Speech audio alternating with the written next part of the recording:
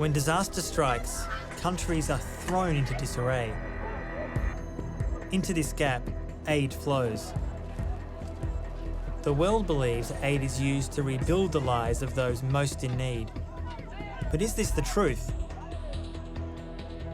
My name is Antony Loewenstein, and I'm an independent journalist and author. For more on this and where it may well lead, let's speak with Antony Loewenstein. But we shouldn't forget one very important point. One, talking earlier about the international fallout from what's happened in the UK. These issues didn't suddenly become serious when Trump became president. He's going to make things a lot worse. He's going to make disaster capitalism on steroids. But ultimately, these issues have been around for 30, 40 years. I've spent the last decade listening to frustrated voices around the world. They are hell-bent on destroying the Haitian state and turning us into a collectivity of beggars. I've seen people and corporations making money from misery. We have a lot of great people working for our government, but we've given them a box of broken tools. How disaster capitalism takes over. But what happens when the profit motive enters the aid equation? When aid in politics meets business, who really gains from the multi-billion-dollar industry? My journey takes me across the globe and through a murky world inhabited by governments, non-government organisations, and secretive businesses. In Afghanistan, Haiti, and Papua New Guinea, the story of disaster capitalism unfolds.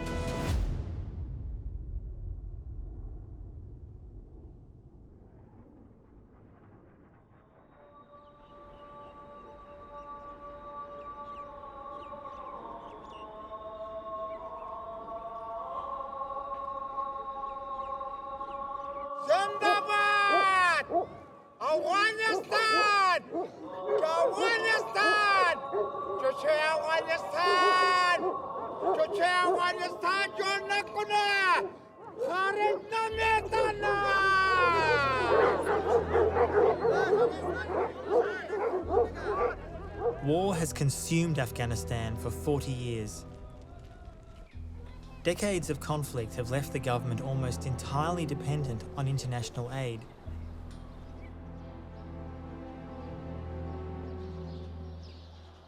Washington has spent more on civilian aid to Afghanistan than was spent on rebuilding all of Europe after the Second World War, but with mixed results. Aid has increased the power of insurgents, criminals and strongmen who undermine the fragile state. I arrived at a time of rising insecurity, wanting to find out if the nation's huge and largely untapped mineral resources could be the key to ending 4 decades of war in a country known as the graveyard of empires. In 2010, the US was hopeful that mining could be a source of income from an independent Afghanistan. The Afghan people, they have a source of indigenous wealth that, properly developed, will enable them to be sovereign. But it was not to be. در حالی که ما دادخواهی می‌کردیم روی از این موضوع که باید افغانستان یک دیدگاهی داشته باشه درباره معدن خود که چی رقم میره توسعه میدن. I met Javeed Noorani at the Natural Resources Monitoring Network meeting. As a founding member, he's teaching local Afghans across the country about how to exert mining rights in their communities. There's an intense struggle over the huge amount of untapped minerals in the ground. افریقا تقریبا 40 کال جنگ وکړ په دې موضوع په معدن باندې یو مملکت کې تنه 3 میلیون نفر مړه شوي د معدن په سر باندې. But Javeed risks his own safety to advocate for vulnerable communities targeted for mining. We need to have a platform, to engage with government, do advocacy. For responsible, inclusive, and sustainable, transparent development of the natural resource sector is very, very critical for the future of Afghanistan. Unless we do it this way, we will not be able to diversify the economy, we will not be able to share benefits with the poorest of poor. 35 MPs in this government that I can name, are involved in the illegal extraction of mines. Ministers are involved, powerful generals are involved, police is involved in the illegal extraction. If the government does not intervene, we face a conflict. We'll transition from one conflict into another one. The Ainak mine is located in Logar province, the heart of the insurgency. I was instructed to wear the traditional shalwar kameez to blend in due to safety concerns from both the Taliban and police. The government confiscated the land of local people that belongs to the poorest of poor in the name of public interest, and then passes it on to a company that's here, to extract copper and make profit. You took somebody's land, you didn't pay them, you displaced them, you didn't consult them, you didn't give them employment, you stole their water, you kicked them out of their schools. What we brought to them? So Javi, tell me where exactly we're going. We are going towards Ainak, a village called Dawo, where the majority of the people who have been displaced live in this village. How close are we to the mine here? You see this mountain? That's the area where the copper mine is. The area is super insecure. Why? Because it's an insurgent area. You see this police point there? Yes. That was attacked so many times, They have lost so many men in that checkpoint. This one just here. Yeah. Travelling to what has been labelled the crown jewel of Afghanistan's economic gamble, it becomes clear that the stakes are even higher for the village elders we are about to meet. They see policemen as enemies now. There are 1,500 policemen guarding the whole area. These are all guys, deployed, to guard Ainak. So the situation is pretty grim. You'll see fear in their eyes. They're scared, that the outsider's coming and then talking to them. This may be passed on to either the government side or the insurgents. And the two sets of people will come and question them.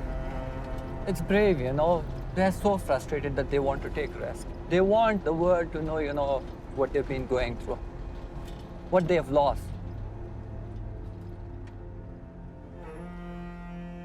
Can you talk a little bit about the reality for your community here since the Chinese have wanted to come and mine copper from this area? اولم دغه چنان ته ویلو چې دا تاسو سوچ مد نظر ونه نیسئ نو تاسو به دا پروژه ناکامه او بیا به ناکام د سره کو خدای د تا کله د موږ ممانعت ګرځي وو ته دا کله یو باسه د تا دا کله ممانعت ګرځي هغه چې دا کله یو د موږ نور مشکل نشته ما ورته چې تاسو به موږ مکتبونه جوړو لیسې به جوړو د سیو شبخانه جمعه جوړو چې لازر نفر ظرفیت ولري فامیلی به یې غړ دلته تاسو او د تاسو بار کې به حساب خود څه ځوان د موږ ته ویل چې به خيار موږ هم د سپاوا خو به لکه دا اوس مې تاسو درته ویل چې پروتوکول نه یې دا نور سره کوم شي پای خبره نه کوم شاول په دې کمپنۍ باندې موږ ډیر خوشاله یو ولې ځکه چې دا کمپنۍ چې دا غونډه افغانستان ته سرمایه ده رسیږي موږ له خپل وطن هم تیرو لکوټې لابادیات څه چیر سو ورم کړه په خوشاله وو موږ شکایت کړی ده خو چا نه ده منلی ونې خلک ډېر موږ ته راغله عینکې په بچ کې وعدې را سره وکړه همداسې به هغه را سره خو دومره نتیجه ملاکه ورکړي ولا والي یې دروغجن و ولا چینایي یې دروغجن و ولا چې کرزي په ټول والا دروغ را سره وکړ دوکه را سره ولا که نو اوسه پورې موږ چا پوښتنه نه کړې.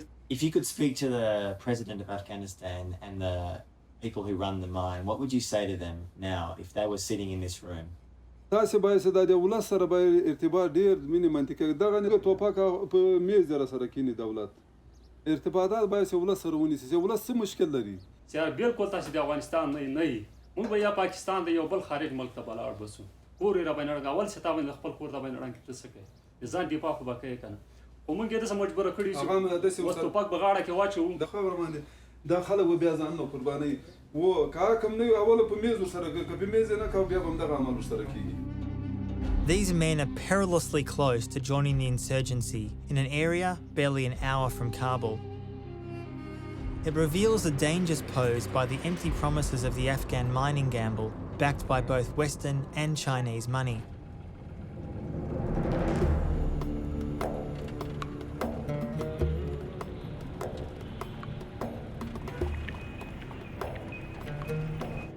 While the elites fight from their secure compounds for political influence to control resources, the economy is on the verge of collapse.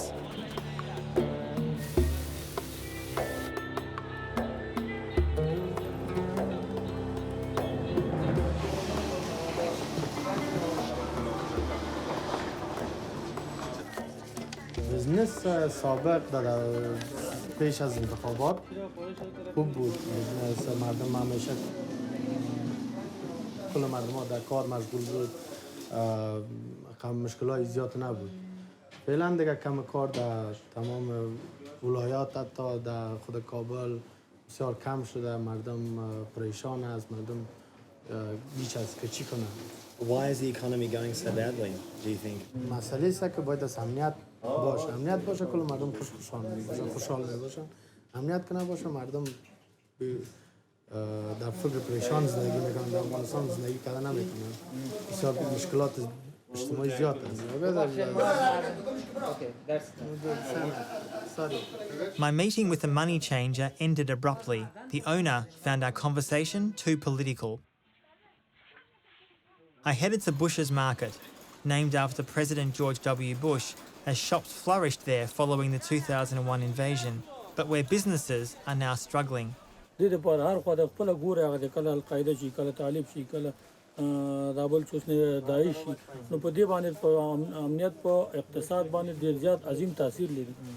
And do you think that that situation will get any better, or are you worried it's going to keep on getting worse?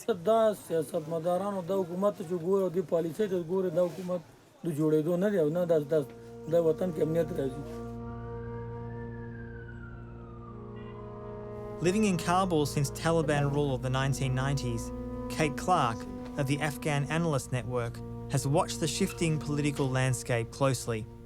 It's obviously complicated, but what is your sense having been here for so many years? I actually think it's not an international problem anymore. It's an Afghan war now. Almost all the people fighting and dying are Afghan. The Afghan state has to get serious. The Afghan elites have to get serious. If you actually look at the problems Afghanistan faces, a very powerful insurgency, a dysfunctional state, failing economy, international donors about to walk away. I mean, the obvious reaction to that would be to have some sort of, to have a national unity government and actually face the problems. But actually, you're still, what we see is the elites are still sort of fighting over what they can make. It's a very, very short-term outlook. So what happens if these elites don't, in your mind, come to the party and realise the error of their ways? Afghanistan's been lucky that Daesh happened. That's made it more interesting for America in particular not to see the project fail. You mean the presence of ISIS in Afghanistan or the presence of ISIS in the region? No, the shock of seeing them take over Here? Mosul. No, Mosul in Iraq and parts of northern Syria. The thing is, if you talk to the elites, they all think the Americans are here forever. So there's a basic lack of seeing reality. I mean, up to now they've been right. Washington is weary of a war with ill-defined goals, and yet admitting defeat is unthinkable. Indefinite occupation is the result. The US openly talks about funding the ongoing US presence through the potentially lucrative mineral and resource trades, but it has already spent at least $500 million in failed attempts to kickstart the industry.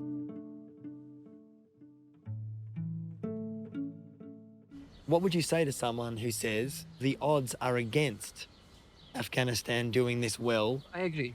Sometimes, it's much better, to keep the resources underground than above ground. But I think we no longer have the choice. We have the international still, the engagement is still intense. With their help and with the leadership we have right now. So you're still optimistic that Washington can play a more positive role? Absolutely. It's like the role is so essential, a positive role, I mean. If they don't, you will see fragmentation of Afghanistan. The powerful warlords will take over the sector. Before leaving the country, I visited the Ministry of Mines, where Javeed worked, to try and get a comment about the resource industry. We had requested interviews months beforehand, but on the day it was difficult to find even one government employee in the building who would speak. There is one last option, is the chief of staff to the minister. He is just in the same corridor. Come out to his office when one of you go there. Oh.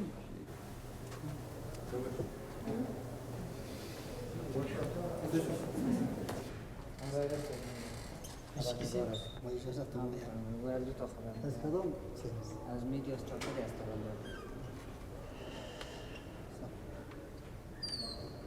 we'll see. Oh, hello. That's okay, thank you. Salam. Salam. Hi, Antony Loewenstein. Nice meeting you. We really have been told that we could speak to somebody on the record from your department. We were told we could speak to the minister. Then we're told he's away. Yeah. The deputy was away. The deputy was unavailable. Everyone was unavailable. Yeah, because the actual thing is that His Excellency was having a trip, which was planned before. Right. So I guess we wanted to ask if there was any way we could have 5 minutes, 10 minutes with somebody in a senior position here who could say something about what the plan is for the Guinea government, what your view is about the INAC mine, what the view is about the oil and gas up north, something. Check with our spokesperson or with the media department? Yeah, the spokesperson is not there, he resigned, I think. Yeah, but there is somebody else. Mr. Afif. Yeah, I guess there's a degree of internal chaos, isn't there? Unfortunately, arranging the interview is impossible for this week. It's fine. Thank you. Thanks. Thank you. The disarray of leadership and infighting for positions in the ministries that we've heard about throughout our trip to Afghanistan revealed itself in these offices. After increasingly heated words, we were told to leave the building. I realised the high stakes of gambling the country's mineral wealth when Javeed told me his fears. First, we don't know if we have $1 trillion worth of natural resources or not, because there are few mines which have been explored. Second, there's an oligarchy emerging, to control the mining sector. They've entrenched themselves. While $8 have flooded the country, Afghanistan has been plagued by corruption and fraud. The government has shown little success or willingness to tackle these issues.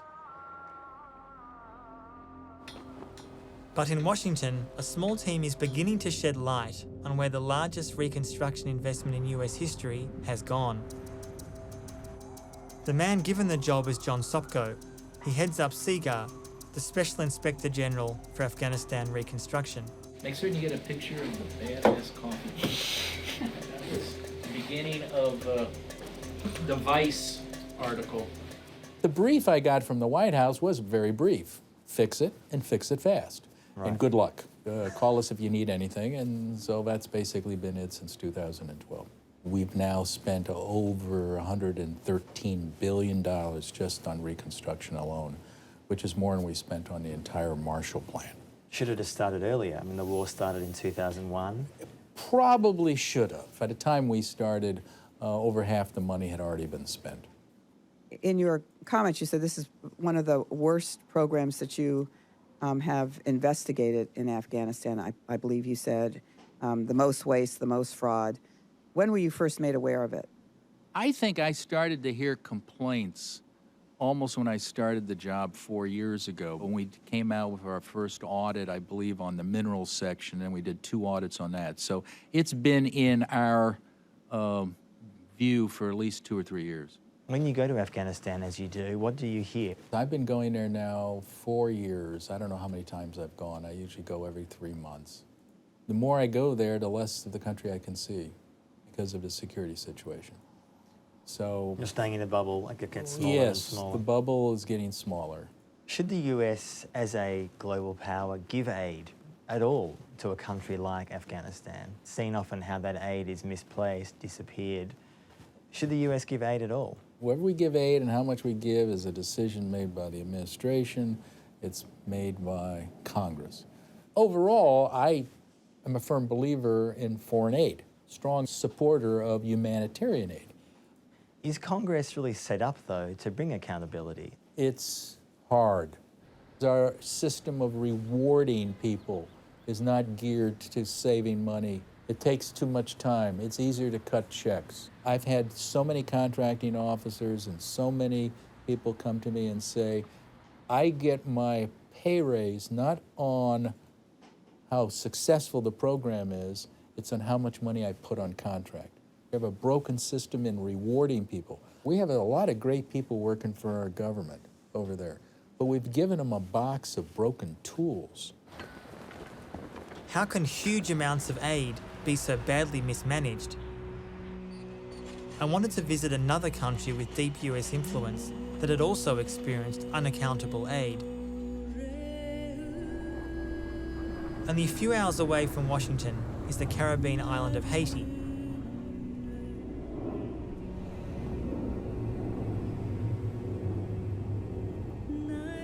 In 2010, it was hit by the worst earthquake of recent times.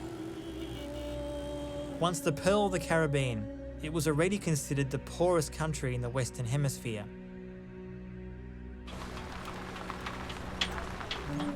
The devastating earthquake of January 2010 was just the latest in a long list of catastrophes to strike the country. As the chaos, destruction and suffering took hold, aid groups and the international community flocked to help.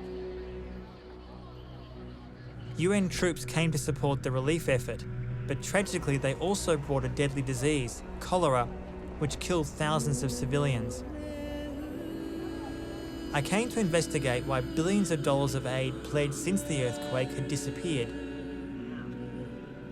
How could so much money have so little effect?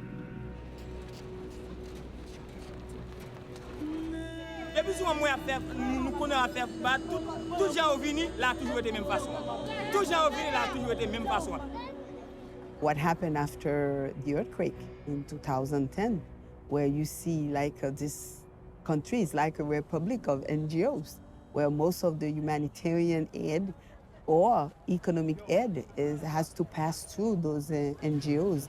And then when you look at the situation of the people, the masses of the people, you haven't seen any change yet. So you wonder what is happening.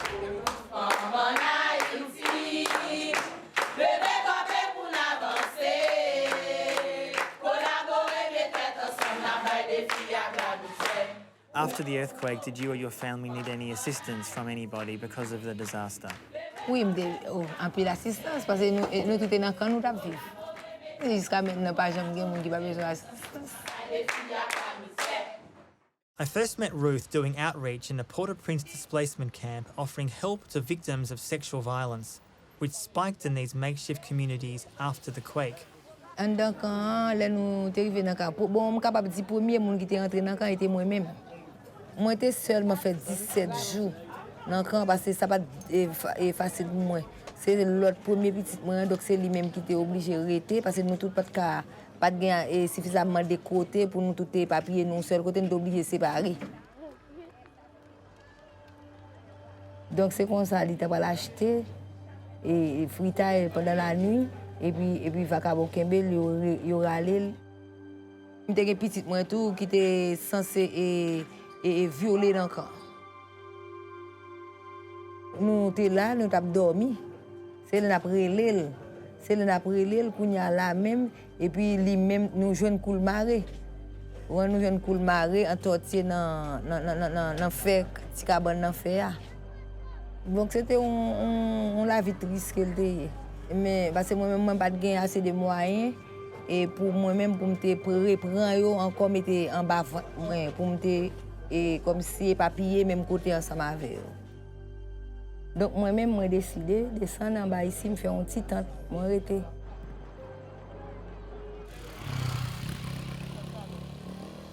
Good afternoon. After the earthquake, the Haitian government introduced a reconstruction plan at an Invest in Haiti forum. Housing for civilians was not on the agenda. On behalf of President Michel Martelly and the government of Haiti, and as Haiti's foreign minister, I want to wish you a warm welcome to Haiti. The president announced that Haiti is open for business. This policy has been pushed on the Haitian people before by its own government and Washington. The target this time was clear.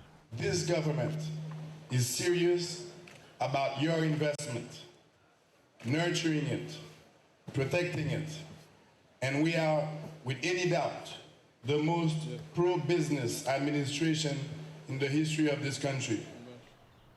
I met with Patrick Eli, leading aid critic, who is concerned about the growing influence on Haiti by international organisations. Explain to me a little bit about how the Haitian state has been so willing to both accept so much foreign aid and to say Haiti is, quote, open for business. When they say Haitian is open for business, they are defining a concept, whereas this country is going to be run like an enterprise. This new concept of business foreign policy, business democracy, scares me to death. In an upmarket Port-au-Prince hotel, I received a glimpse of Open for Business, where representatives of the Finance Ministry pitched their plans to foreign and Haitian business leaders. Bonjour tout le monde. Ça va bien? Tout le monde a pris son petit café? Tell us about what this conference is all about. It is designed specifically to attract foreign direct investment within Haiti. Businesses are created, jobs are created, and in this way there will be more foreign investment coming in than more foreign aid. Aid will perpetuate aid. We have perpetuated poverty. And now it's time to get Haiti back to a free market system. Then it won't need the aid. I travelled to the north of the country to visit Caracol, a massive industrial park built with the full support of the US State Department. In northern Haiti, the new Caracol Industrial Park is a landmark project that captures an integrated, sustainable approach to economic development. The State Department, who oversees US aid, decided where the US pledged $10 billion would be spent on earthquake reconstruction. Construction is underway on a new settlement in the area with more than 1,200 homes designed to withstand hurricanes and earthquakes, each with electricity, potable water, and flush sanitation. The Caracol project was by far the largest undertaking by then Secretary of State Hillary Clinton. But its location in the very north of the country was completely unaffected by the quake. To try to understand how these decisions were made, I met with both aid critic and insider Timothy Schwartz, who has lived in Haiti for the last 20 years. Caracol, when the Koreans came in and expressed some interest, they then did, and the US State Department invited them in, they came back with a list of 10 reasons why they wouldn't invest in Haiti.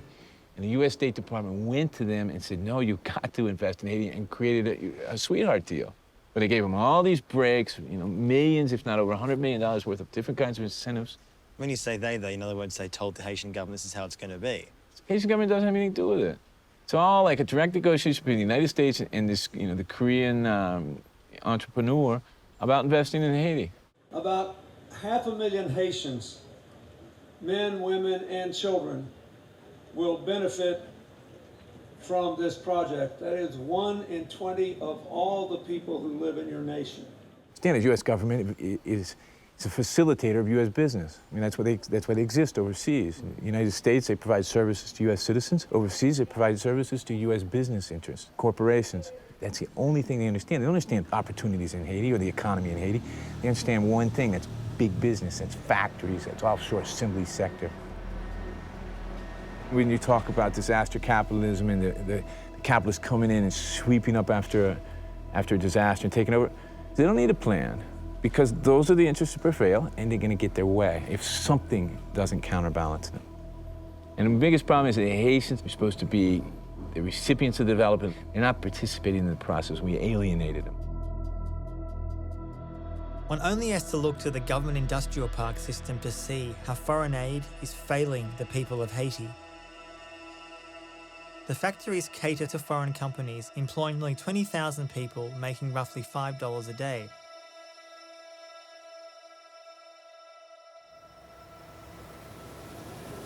The large factories, they are creating jobs, but it does not have anything to do with local production, which brings more money than the foreign firms. And Haitian production will not move away, whereas factories who come, they can leave. Hans Garot, who was a recent recipient of the Entrepreneur of the Year award in Haiti, works in the garment industry and has strong views about flaws in the current development plan. It is clear that Caracol development has had the support, the financing, and the influence of the United States. The development that is brought in the industrial park, it's a pacifier for development, for real development. I dare any economist to show me one country that has developed itself with just industrial parks. So when someone like Bill Clinton comes to Haiti, inverted commas, is helping Haiti, what do you respond to those kind of comments? There's a Haitian proverb that says, "Le zan bon choual ou pa ka di dan pourri." When a friend gives you a horse, you can say that the horse teeth are rotten. So this is what Clinton gives. We accept it.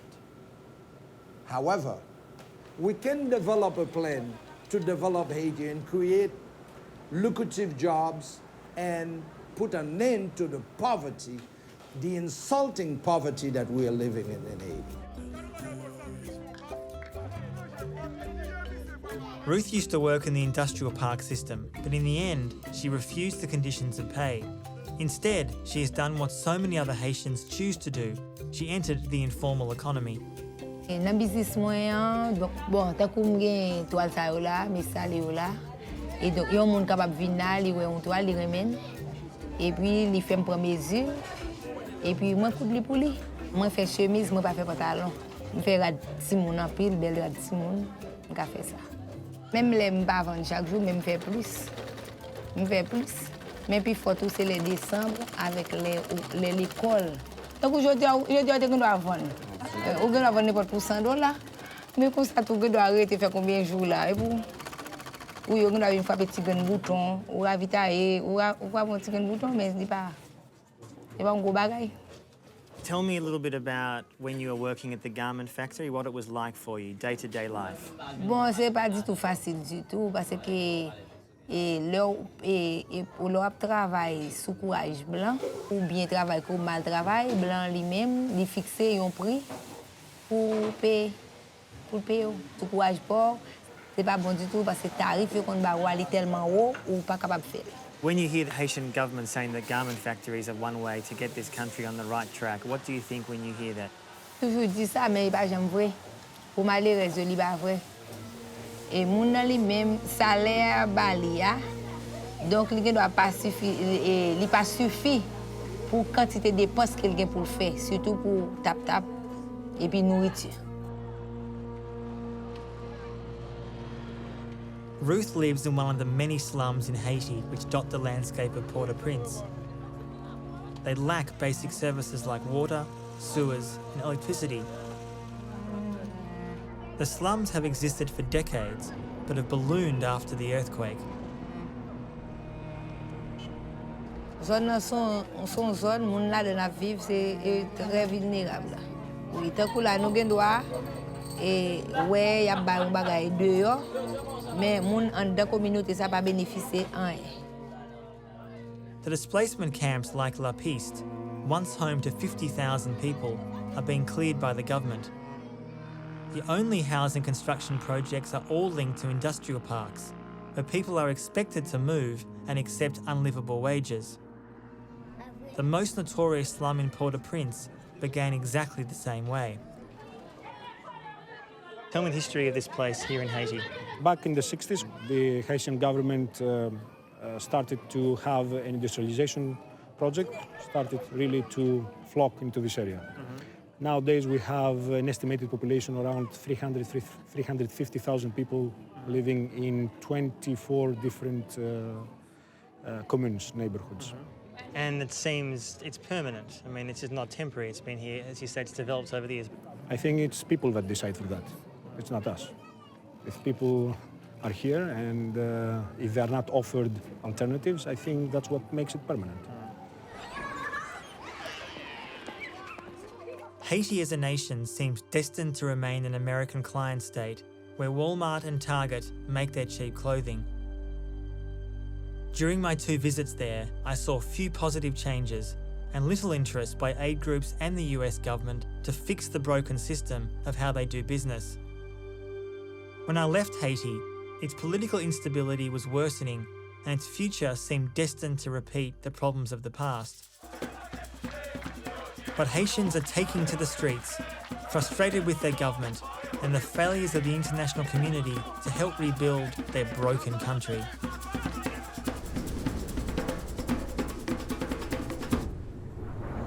A world away in Papua New Guinea, similar questions of how to balance foreign investment are playing out. The country is Australia's closest neighbour, but remains invisible to most Australians.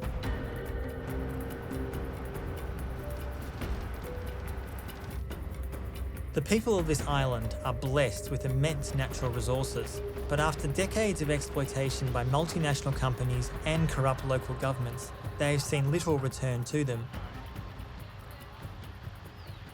I came to investigate if the island of Bougainville in Papua New Guinea can break the cycle of disaster capitalism or tragically start it again. This post-apocalyptic landscape was in the 1970s and 80s one of the world's largest open-pit mines.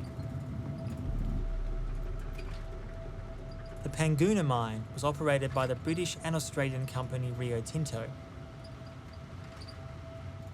During operation, it was 7 kilometres wide at its broadest point. It has over 1 billion tonnes of copper and gold still in reserve.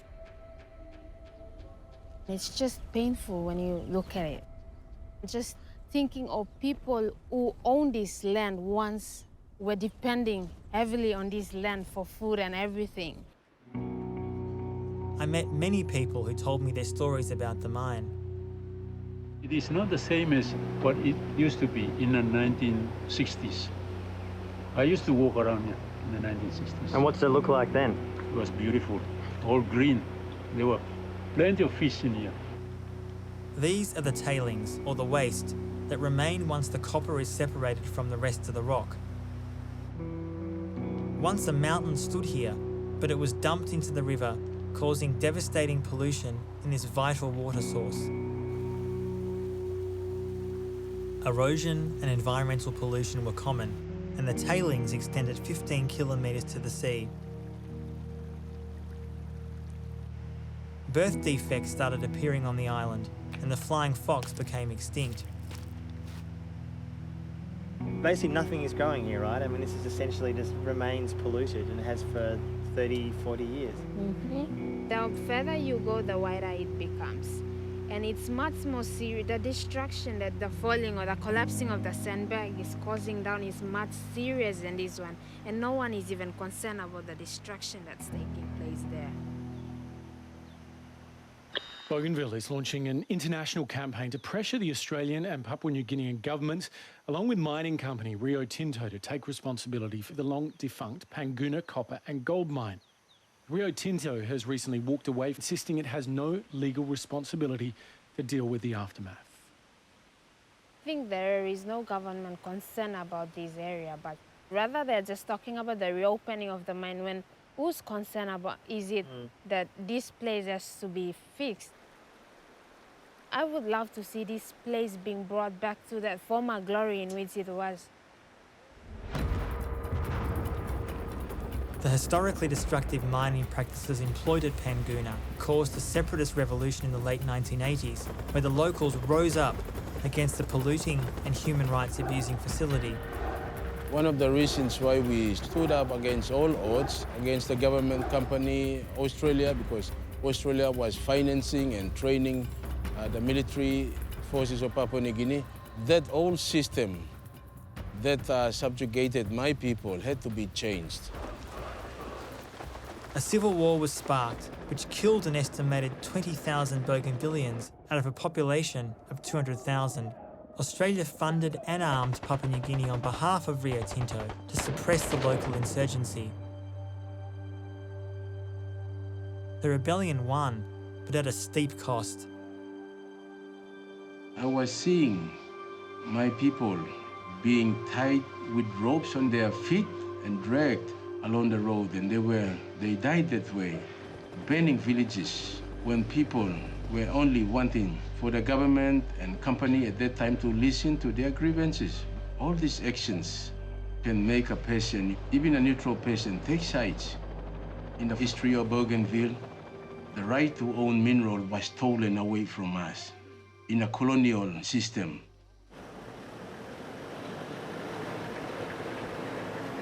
Young leaders like Thor Neureiter embrace their personal stories to help end the vicious cycle of aid dependency. We are trying to bring healing to the traumatized people around us, because nobody here in Bougainville can deny that I'm not traumatized, because every one of us, we have our own story to tell because of the seriousness of the conflict that we went through. Everything after 1993, I can really remember.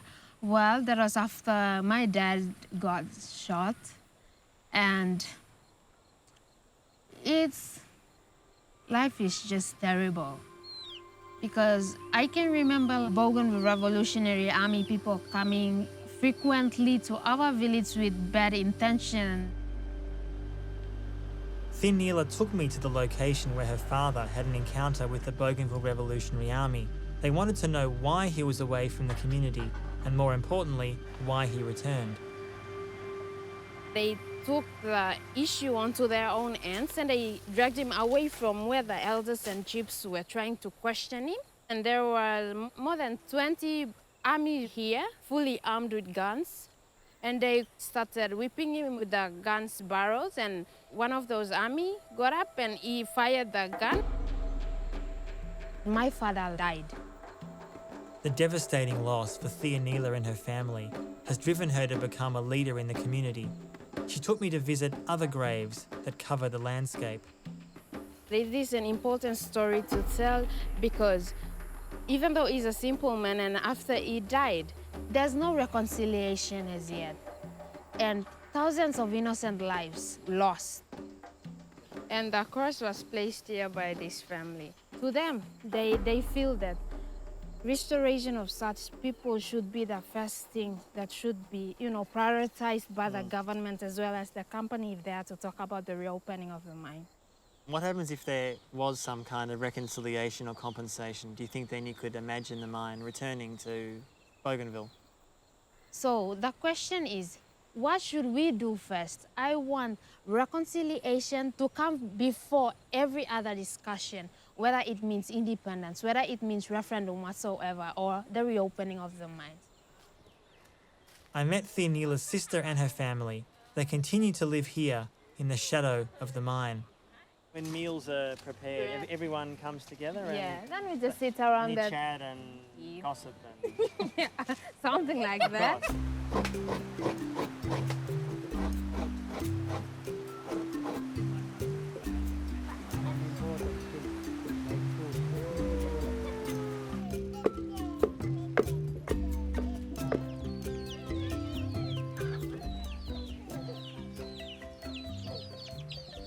When the Papua mine started operating, what happened was we lost our identity. We lost our birthright. And I don't know at this moment who can restore that identity. That joy that our ancestors used to enjoy, the life they live, it's no more because of the mine. Today there is talk of a return to large-scale mining. It's one of the most contentious and emotive issues.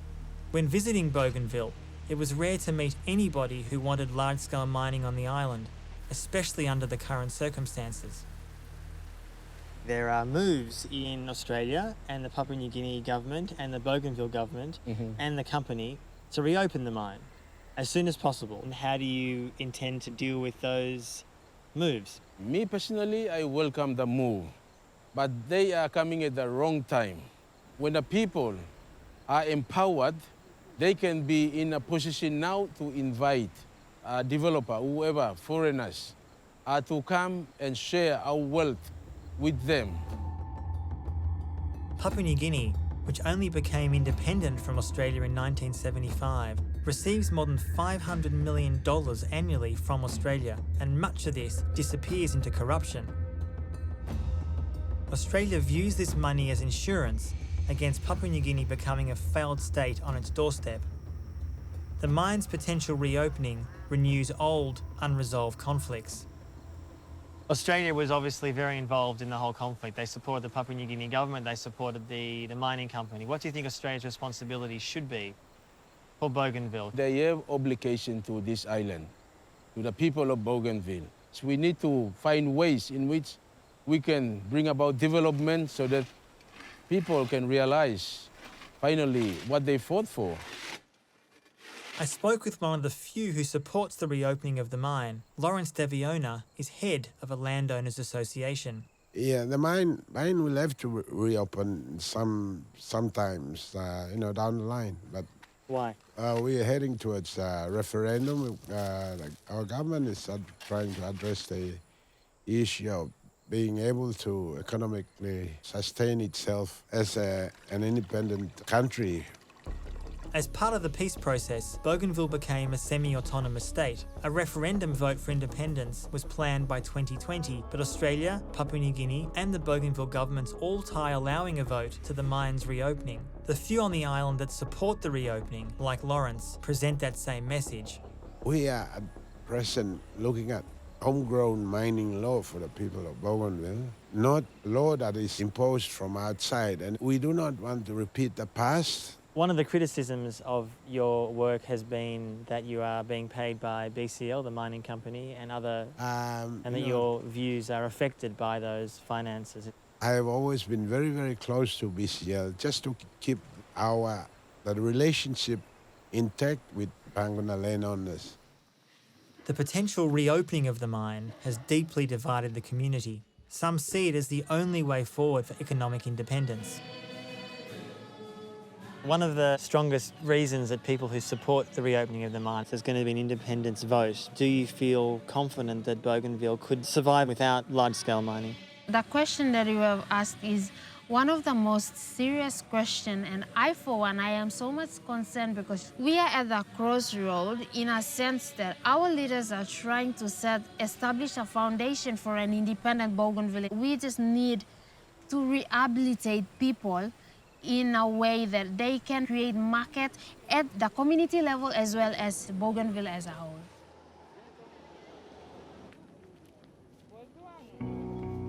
Whether this new generation of young leaders can solve the problems is unclear, but there are increasing calls to reopen the mine. Any new independent country, its future relies on its youth. Where do you see yourself in 10 years?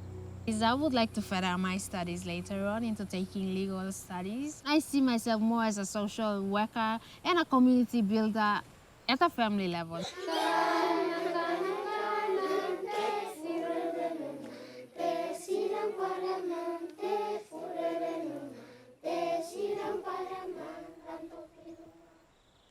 Theonila faces growing threats against herself and her family for being so outspoken against the return of big mining. Since I last visited these countries, they've become even more rocked by economic chaos. In Afghanistan, Javid is currently working on an anti-corruption task force. This new job has only deepened the threats against him. I received many messages from him about the deteriorating situation in Afghanistan. Tell me a little bit about why you increasingly are worried about your personal safety. Because now I see government officials, kind of looking for me. Because, I'm encroaching on the areas of operation where they're illegally involved in extraction and, revenue generation. What do you say to your family about your personal safety issues? Do you talk about it with them? Do they have any idea? Do you keep them in the dark for their own protection? I have so far kept them in the dark. Yeah.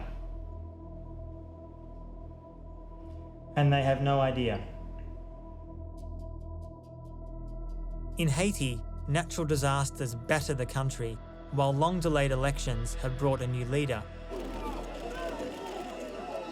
He's promised to bring all foreign spending under the control of government supervision, but to date, little has changed. Engagement pour mon travail à tout haïtien, main en main. pour nous mettre pays sur route l'ordre, discipline et progrès tout bon vrai. We need better watchdogs to oversee aid. John Sopko and his Seaguar team continue to report on Afghanistan, but with mixed success. President Trump has reopened a tantalising prospect, exploiting Afghanistan's vast mineral wealth, with the figure of $1 trillion circulating again in Washington. These countries are stark reminders of how the current system is failing. Can we turn the story of aid and disaster capitalism around? The promise is in local people. They need a bigger voice in decision-making about how aid is directed. Donors must avoid wasting obscene amounts of money, not facilitate corruption, and make aid a pathway to real independence.